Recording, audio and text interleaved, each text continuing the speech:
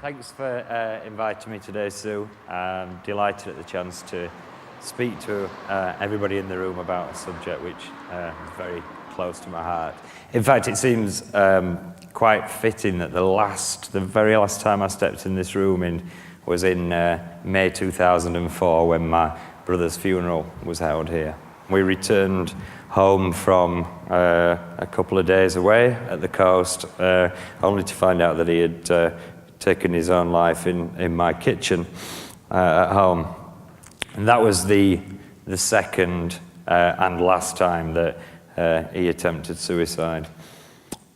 I then began to feel unwell. And it was in 2004, after Simon actually died, that the times got really, really difficult. And I didn't feel like there was anyone to talk to particularly, because you're trapped in a position whereby your parents have lost a son, your sister's lost a brother, and anything that you were to bring up, talk about your own feelings, etc., were kind of trapped, because you were stuck with, if I say anything about this to my family, they're going to get upset. So what shall I do? I'll keep it all to myself. And I'd always said to all of my friends and bored them to tears with saying that one day I was going to write a novel. I was going to definitely write a book one day. That was the thing. So I sat down and began to write The Radio, which was my first book. And I began to type, and night after night I would just sit in front of this screen, basically just sobbing night after night and typing this story out constantly. Every single day, every chance I got, and I would just sit there and releasing all of these words and sentences. Actually sort of felt like a physical release, almost like an emptying of pressure. So why am I stood here telling you all about this? Female suicide is at its highest level in a decade, and according to the Samaritans, suicide is the biggest killer of men aged under 45. That's bar nothing else. So it's everywhere. It's all around us, and as a society, we need to do more about it. And this is what the film tries to put across, that there's not enough people talking about this subject or understanding the subject. And as conversations I've had today, again, there's certainly not enough funding for this type of thing.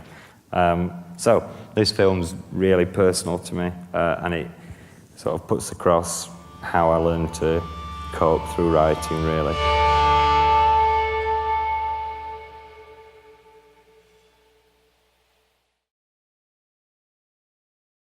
The 4 days were really like how I managed to identify how life was going, because the days seemed to be getting worse and worse, and each day I was waking up and just kind of finding that I was having different feelings, and I managed to get it down to basically 4 separate days that there were.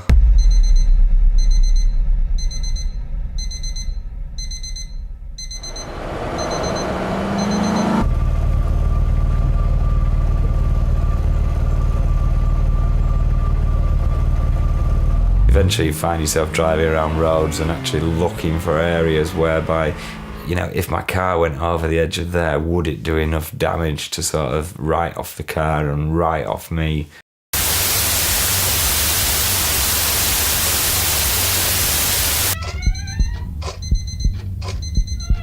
The vast majority of people would think a bit panicky means the sort of nerves that you might get before a job interview or before you go on a plane.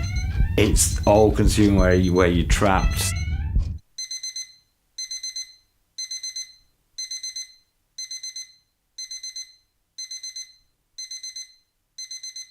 A nothing day is preferable to a car day or a panic day, in that you wake up and your first overwhelming feeling is nothing. So you don't feel anxiety, you don't feel panicked about anything, you don't feel like the world's ending in any way, but similarly you don't feel anything.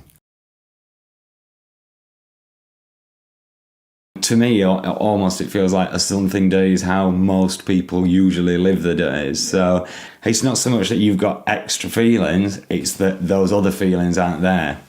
which is a good thing in itself. I felt that I was actually moving forwards. I wasn't just stuck in this same rut, and it was a tiny little change which has then grown and become something that's become more normal, I suppose, now. I was just wondering, from your personal experience, whether you think mental health, and more specifically depression, is more of a neurological thing and chemical induced, or whether it's an environmental thing, or whether it's a combination of both and different for each person. To me, it has to be a number of factors. I suspect that my position was only made worse by the circumstances around me. Whether I would have suffered with it or not, I don't know, possibly. It's difficult to say, but certainly environmental, medication. I've had all sorts of medication in the past. At the moment I take fluoxetine, which seems to help, and I can't remember the other one. I've read all 3 books. My favorite was The Radio. But my question is, do you think, it's not like moving on, but do you ever think you will write something entirely different, like maybe a love story or a murder mystery, to name a few?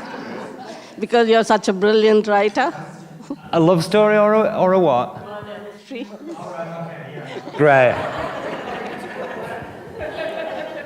I always think that you should write things that you've got experience in, because then you give a real voice to what it is that you're writing. I've finished the 5th novel, and that's actually a really happy, nice story.